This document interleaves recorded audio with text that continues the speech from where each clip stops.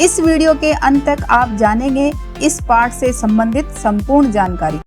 नमस्कार सभी को, हिंदी कला केंद्र में आपका स्वागत है। अगर आप इस चैनल पर नए हैं तो पहले इसको सब्सक्राइब करें व बेल आइकन को दबाना ना भूलें ताकि नए वीडियो का नोटिफिकेशन सबसे पहले आपको मिले। बच्चों, आज हम पढ़ने जा रहे हैं हमारी हिंदी की पुस्तक दुर्वा का पाठ 4, जिसका शीर्षक है गुब्बारे पर चीता। बच्चों, चीता दुनिया का सबसे तेज रफ्तार से दौड़ने वाला जानवर है। चीता को बच्चों आपने टीवी में, किसी जू में या किसी सर्कस में देखा होगा। आपने भी बच्चों अपने शहर में इस तरह से लगा सर्कस जरूर देखा होगा, जिसके बाहर इस तरह के कुछ आकर्षक पोस्टर लगे रहते हैं और साथ ही कुछ इस तरह की टिकट खिड़की होती है जहां से हम टिकट लेकर अंदर जाते हैं। और फिर सर्कस के अंदर क्या होता है, वहां पर जानवरों व कलाकारों द्वारा अपने अपने करतब दिखाए जाते हैं, है ना। कुछ ऐसा ही प्रेमचंद जी द्वारा लिखित आज की इस कहानी में बताया गया है, जहां पर एक चीता इस तरह गुब्बारे पर चढ़ जाता है। चीता गुब्बारे पर कैसे चढ़ता है, ये घटना तो इस कहानी को पढ़ने के बाद ही पता चलेगी। तो चलिए बच्चों, ध्यान से इस कहानी को समझते हुए पढ़ते जाएंगे। मैं तो ज़रूर जाऊंगा, चाहे कोई छुट्टी दे या न दे। बलदेव सब लड़कों को सर्कस देखने चलने की सलाह दे रहा है। ये सलाह कौन दे रहा है? बलदेव सब बच्चों को सर्कस में जाने के लिए मना रहा है। सर्कस वह मंडल जहां कलाकारों और जानवरों के द्वारा खेल दिखाए जाते हैं। बात ये थी कि स्कूल के पास एक मैदान में सर्कस पार्टी आई हुई थी। जैसा कि हमने इस पाठ के शुरुआत में देखा, उस तरह की एक सर्कस पार्टी आई हुई थी। सारे शहर की दीवारों पर उसके विज्ञापन चिपका दिए गए थे। विज्ञापन प्रकाशित सूचना होती है, यानी उस सर्कस पार्टी के बारे में सबको बताने के लिए शहर की दीवारों पर सर्कस के बारे में विज्ञापन चिपका दिए गए थे।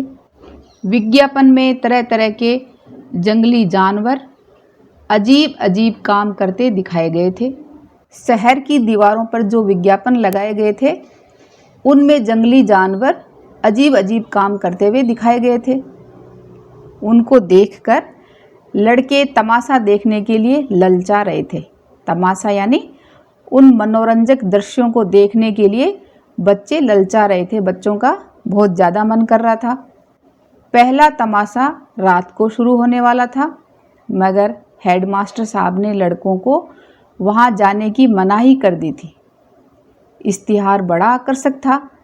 इश्तिहार यानी विज्ञापन, जो उन्होंने अपने सर्कस के प्रचार प्रसार के लिए बाहर जो विज्ञापन लगाए थे, वो बहुत ही आकर्षक था। यानी उन विज्ञापनों को देखकर बच्चों का मन उस सर्कस को देखने के लिए कर रहा था। आ गया है, जिस तमाशे की आप लोग भूख प्यास छोड़कर इंतजार कर रहे थे, वही बम्बई सर्कस आ गया है। तो कुछ इस तरह की आवाज़ वो लोग लगा रहे थे। आइए और तमाशे का आनंद उठाइए। बड़े बड़े खेलों के सिवा एक खेल और भी दिखाया जाएगा, जो न किसी ने देखा होगा और न सुना होगा। ये सब बातें सुनकर लड़कों का मन तो सर्कस में लगा हुआ था। सामने किताबें खोले जानवरों की चर्चा कर रहे थे, जानवरों की बातें कर रहे थे। क्यों कर शेर और बकरी एक बर्तन में पानी पिएंगे, ये सब उन्होंने उन विज्ञापनों में देखा था। तो वो बातें कर रहे थे कि शेर और बकरी एक ही बर्तन में पानी पिएंगे, और इतना बड़ा हाथी पैर गाड़ी पर कैसे बैठेगा। पैर गाड़ी, वह गाड़ी जो पैरों से चलाई जाए, ये देखो कुछ इस तरह की। तो उनको ये देखकर अचंभा हो रहा था कि पैर गाड़ी पर इतना बड़ा हाथी कैसे बैठेगा। पैर गाड़ी के पहिए बहुत बड़े बड़े होंगे, ऐसा वो बच्चे सोच रहे हैं। तोता बंदूक छोड़ेगा और वन मानुस यानी बिना पूंछ का बंदर जिसका आकार मनुष्य से मिलता है। तो इस तरह का वन मानुस बनकर मेज पर बैठेगा। ये सब बातें सोच सोचकर बच्चों का मन पढ़ाई में कम और सर्कस को देखने के लिए ज़्यादा कर रहा था। बलदेव सबसे पीछे बैठा हुआ अपनी हिसाब की कॉपी पर शेर की तस्वीर खींच रहा था और सोच रहा था कि कल शनिचर यानी शनिवार नहीं, इतवार होता तो कैसा मज़ा आता। बलदेव को लग रहा है कि कल शनिवार की बजाय अगर इतवार यानी संडे ही होता तो कितना मज़ा आता, क्योंकि संडे को बलदेव की स्कूल की छुट्टी होती है। बलदेव ने बड़ी मुश्किल से कुछ पैसे जमा किए थे। मना रहा था कि कब छुट्टी हो और कब भागूं। हेडमास्टर साहब का हुक्म सुनकर, हुक्म यानी हेडमास्टर साहब का आदेश सुनकर वह जामे से बाहर हो गया। जामे से बाहर हो जाना यानी उसको थोड़ा गुस्सा आ गया, अपने आपे से बाहर हो गया। छुट्टी होते ही वह बाहर मैदान में निकल आया और लड़कों से बोला, मैं तो जाऊंगा, ज़रूर जाऊंगा, चाहे कोई छुट्टी दे या न दे। मगर और लड़के इतने साहसी न थे। साहसी यानी साहसपूर्ण कार्य करने वाला। बाकी बच्चों में इतनी हिम्मत नहीं थी कि वो इस तरह की बात करे। कोई उसके साथ जाने पर राज़ी न हुआ। कोई भी बच्चा उसके साथ जाने के लिए राज़ी नहीं हुआ, क्योंकि सब बच्चों का मन तो कर रहा था, लेकिन वो सब बच्चे बलदेव की तरह साहसी नहीं थे। बलदेव अब अकेला पड़ गया, मगर वह बड़ा जिद्दी था। जिद्दी यानी जो हट करता हो, तो उसने जो ठान लिया वो करके ही छोड़ता है। तो वह अकेला था, लेकिन फिर भी वह अपनी बात से हटा नहीं। दिल में जो बात बैठ जाती है, दिल में बात बैठ जाना यानी उसने जो ठान लिया उसको पूरा करके ही मानना, उसे पूरा करके ही छोड़ता था। शनिचर को और लड़के तो मास्टर के साथ गेंद खेलने चले गए। शनिवार के दिन बाकी बच्चे तो मास्टर जी के साथ गेंद खेलने चले गए। बलदेव चुपके से खिसक कर सर्कस की ओर चला। वहाँ पहुँचते ही उसने जानवरों को देखने के लिए एक आने का टिकट खरीदा। जैसे आप खरीदते हो ना 5 रुपए में, 10 रुपए में, वैसे ही बलदेव ने एक आने का टिकट खरीदा और जानवरों को देखने लगा। इन जानवरों को देखकर बलदेव मन में बहुत झुंझलाया। मन में झुंझलाना, दुखी होकर क्रोध करना, अपने मन ही मन में गुस्सा करना। किस बात का गुस्सा? वह शेर है, मालूम होता है महीनों से इसे मलेरिया बुखार आ रहा हो। शेर को देखकर बलदेव झुंझला रहा था कि ये कोई शेर है। इसको देखकर तो ऐसा लग रहा है जैसे ये महीनों से मलेरिया बुखार से पीड़ित हो। वह भला क्या 20 हाथ ऊंचा उछलेगा, और यह सुंदर वन का बाग है, जैसे किसी ने इसका खून चूस लिया हो। वह भी बहुत मरियल सा लग रहा था, मुर्दे की तरह पड़ा है। मुर्दा यानी मृत के समान पड़ा है। वाह रे भालू, यह भालू है या सूअर, और वह भी काना। काना यानी जिसके एक ही आंख हो, जैसे मौत के चुंगल से निकल भागा हो। इस भालू को देखकर तो ऐसे लग रहा है जैसे ये मौत के चुंगल से निकलकर भागा हो। चुंगल का अर्थ है पकड़, जैसे इसके सामने कोई मौत खड़ी हो और वहाँ से ये बचकर भागा हो। अलबत्ता, अलबत्ता का अर्थ है बेशक या निसंदेह। चीता कुछ जानदार है और एक 3 टांग का कुत्ता भी। तो बलदेव को सारे जानवरों में से सिर्फ 2 जानवर अच्छे लगे। उन दोनों जानवर कौन से थे, ये आप मुझे कमेंट बॉक्स में लिखकर बताना। ये कहकर बड़े जोर से हंसा। उसकी एक टांग किसने काट ली? दुम कटे कुत्ते तो देखे थे। दुम कटे यानी जिनकी दुम ना हो, बिना पूंछ के कुत्ते तो देखे थे। पैर कटा कुत्ता आज ही देखा है। पैर कटा यानी जो बिना पैर का उसके 3 ही टांग थी ना, तो ये पैर कटा कुत्ता तो आज ही देखा है, और ये दौड़ेगा कैसे? ये सब बात बलदेव के मन में आ रही थी। उसे अफसोस हुआ कि गेंद छोड़कर यहाँ नाहक आया यानी यहाँ व्यर्थ या बेकार में आया। एक आने पैसे भी गए, एक आना यानी जो उसका मूल्य था, जैसा रुपया होता है वैसे ही आना, तो वो पैसा भी उसका बेकार गया। इतने में एक बड़ा भारी गुब्बारा दिखाई दिया। उसके पास एक आदमी खड़ा चिल्ला रहा था, आओ चले आओ, 4 आने में आसमान की सैर करो। 4 आना यानी 25 पैसे में आसमान की सैर करो। सैर करना, आसमान का भ्रमण करो। आ जाओ, आपको आसमान में घुमा दे। अभी वह उसी तरफ देख रहा था कि अचानक शोर सुनकर वह चौंक पड़ा। पीछे फिरकर यानी पीछे मुड़कर देखा तो मारे डर के उसका दिल कांप उठा।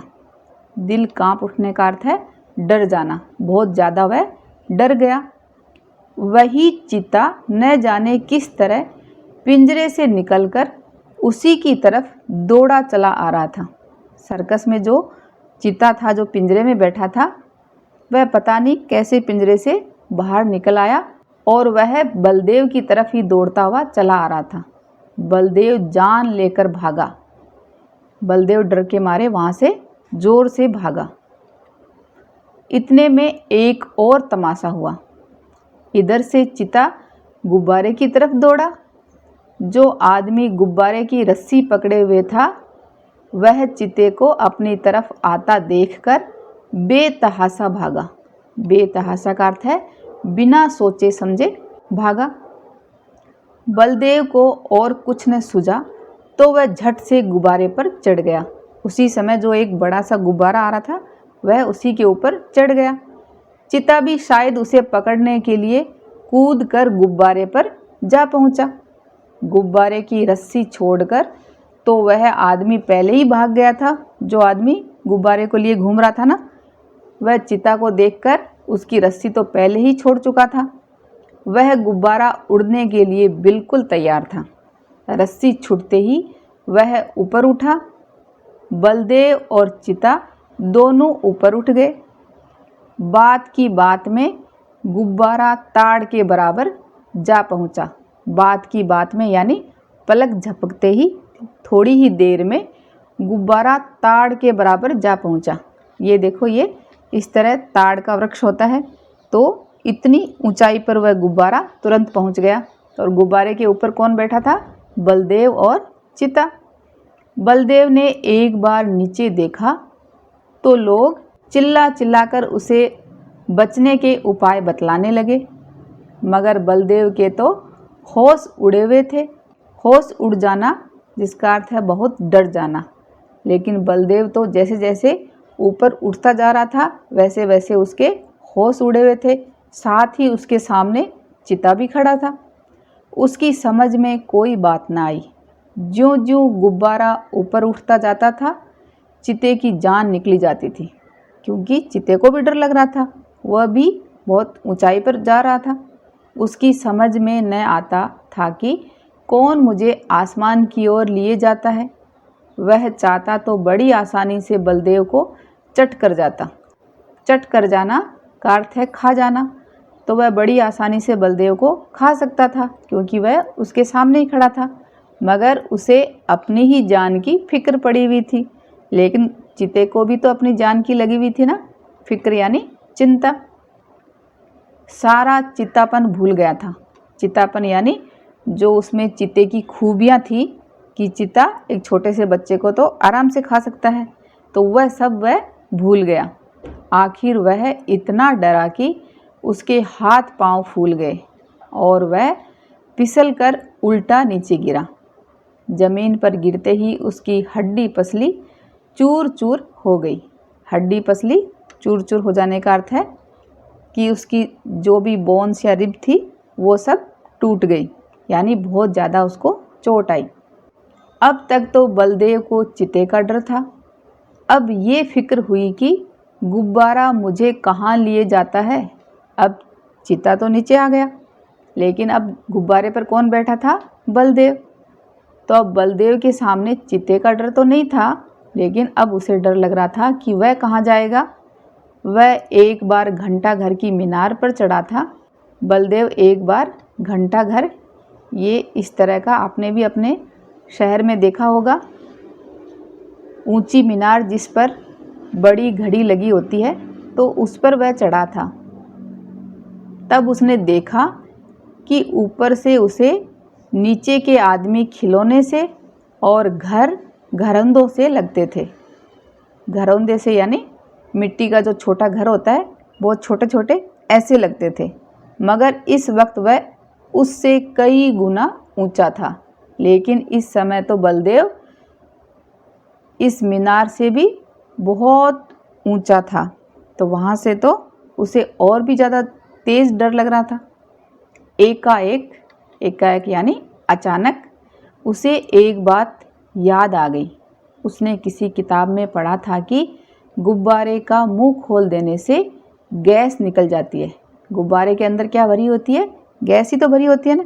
अगर गुब्बारे का मुंह खोल दिया जाए तो वह गैस निकल जाएगी और गुब्बारा नीचे उतर आता है।